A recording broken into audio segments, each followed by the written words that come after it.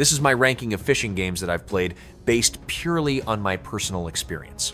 Each one is placed from masterpiece down to trash depending on how realistic and satisfying the fishing mechanics feel. Let's get straight into the list.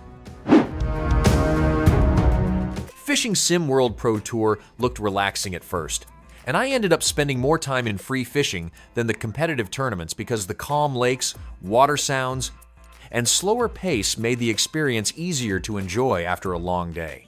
The actual fishing mechanics needed patience, since fighting larger fish meant managing the rod angle, controlling the drag, and waiting for the fish to lose energy before reeling it closer. I liked how the environments and weather effects made every location feel believable without trying too hard. The tutorial videos were frustrating because they skipped important details, and the career tournaments became annoying when AI anglers caught fish immediately while I sat there waiting with nothing happening. Even with those issues, catching fish felt satisfying enough. I'm placing this in the good tier. Russian Fishing 4 felt much slower and more detailed than most fishing games I tried, and that made every small catch feel important instead of meaningless. I spent a lot of time adjusting rods, hooks, drag settings, bait types, and casting angles while waiting several minutes for fish to finally bite. The long waiting periods could become frustrating, especially when I barely earned enough money for better equipment, but the realistic mechanics kept me interested anyway. I liked watching the float carefully while listening to the quiet sounds around the rivers and lakes because the atmosphere felt calm without needing dramatic action every second. Reeling in fish after such long waits gave simple catches more value than expected. Despite the grind and slower pacing, this earns a place in the excellent tier. DREDGE mixed relaxing fishing with fear in a way that kept me focused every time I sailed into the dark ocean. I spent hours catching strange fish, upgrading my boat, managing cargo space, and exploring islands filled with creepy mysteries hiding in the fog. The daytime sections felt calm and peaceful, but nighttime changed everything because giant creatures, dangerous rocks, and strange hallucinations could suddenly appear beside my boat. I liked how each area introduced different fish species, puzzles, and hazards that made exploration feel fresh instead of repetitive. The cargo management and upgrade systems also made every trip feel rewarding because better equipment opened access to deeper waters and stranger discoveries. Even after finishing the story, I still wanted to keep searching for rare creatures across the map. This belongs in my masterpiece tier. Gone Fishing started with a fun idea, because trying to outsmart another player while chasing fish sounded different from most fishing games I've played. I liked the colorful board, the funny fish designs, and the simple setup that made matches easy to jump into without learning complicated rules. The bluffing and memory mechanics created a few entertaining moments when I guessed correctly and caught larger fish before they were moved away. After several rounds, though, the gameplay started feeling repetitive since there were not many important decisions to make during turns. The fishing theme also felt shallow because most of the experience focused more on guessing and memorizing tile positions than actual fishing. It worked better as a short family game than something I wanted to returning to often. This settles into my mediocre tier. Call of the Wild, the angler has a much bigger world to explore than I expected from a fishing game, and driving through forests, climbing hills, and finding hidden lakes made the experience feel relaxing without becoming empty.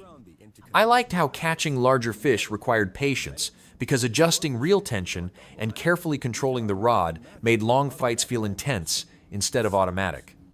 The open world also stayed interesting since I was always discovering new fishing spots, towers, old buildings, and side activities while traveling around the reserve. Some quiet moments happened when fish stopped biting, but changing bait or moving somewhere else usually fixed the problem quickly. The graphics and nature sounds also made wandering through the map feel peaceful for hours at a time. This comfortably earns its place in my great tier. Cast and Chill gave me a calm fishing experience where I could slowly catch fish, upgrade equipment, and relax while listening to soft music and nature sounds in the background. I liked how the idle system worked because I could leave the game running, come back later, and still make progress without feeling punished for stepping away. Catching new fish species and upgrading my boat kept the gameplay moving forward, even if some grinding was needed for larger upgrades and stronger fishing gear. The pixel art looked amazing almost everywhere I traveled, especially during sunsets near the lakes and rivers. I also liked how simple the controls were, since reeling fish in never became frustrating unless my gear was too weak. It stayed relaxing the entire time, which helped this settle into my good tier.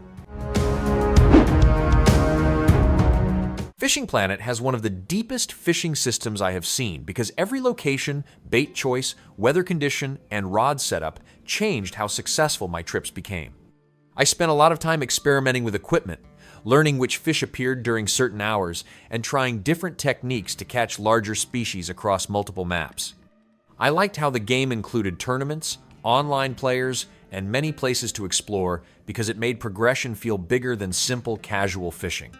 Catching difficult fish could sometimes feel slow, especially during longer fights, and traveling to new areas became expensive after a while.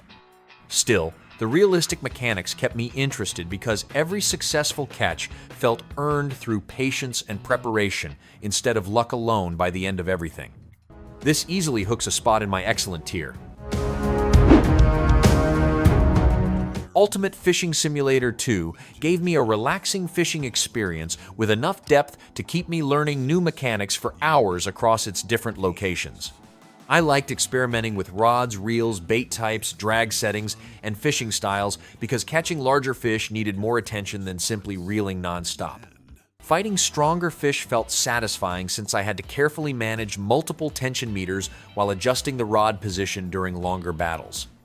The environments also looked great, especially the lakes, rivers, and beaches that made every fishing trip feel peaceful, while birds and water sounds played around me. I enjoyed unlocking better equipment and trying tournaments against other players, although the early progression felt slower than I expected, and the tutorial explained very little about advanced mechanics. This easily casts its line into my great tier. Dave the Diver kept throwing new ideas at me so often that I never reached a point where the gameplay started feeling repetitive or predictable. I spent hours diving into the ocean, collecting fish, fighting sharks, exploring underwater ruins, and bringing ingredients back to run the sushi restaurant at night. I liked how upgrading my gear slowly opened deeper areas filled with stronger sea creatures and stranger discoveries hiding below the surface. The restaurant management side also became addicting, because preparing recipes, managing staff, and earning money made every successful dive feel rewarding afterward. Some boss fights and puzzles felt easier than expected, but the huge amount of activities and constant surprises kept me interested the entire time. Even after many hours, the game still found ways to introduce something new. This easily swims into my masterpiece tier. Fishing Barents Sea Complete Edition felt different from most fishing games, because instead of standing near lakes, I spent most of my time controlling large commercial boats across cold open waters. I liked upgrading ships, hiring crew members, and learning how different fishing methods worked while planning profitable trips around the sea. The mini-games for handling fishing equipment and processing catches also made long fishing sessions feel more interactive at first. The atmosphere and water graphics looked impressive, especially during rough weather while sailing between ports with large hauls stored on board. After several hours, though, the progression became too repetitive, because making money started feeling far too easy once I upgraded my equipment enough. The challenge slowly disappeared, and the gameplay loop stopped giving me reasons to keep grinding for bigger catches afterward. This drops into the trash tier. That's my ranking of the fishing games I've played. Some kept me hooked through relaxing exploration and satisfying catches, while others became repetitive or frustrating after the early excitement started fading away. Thanks for watching.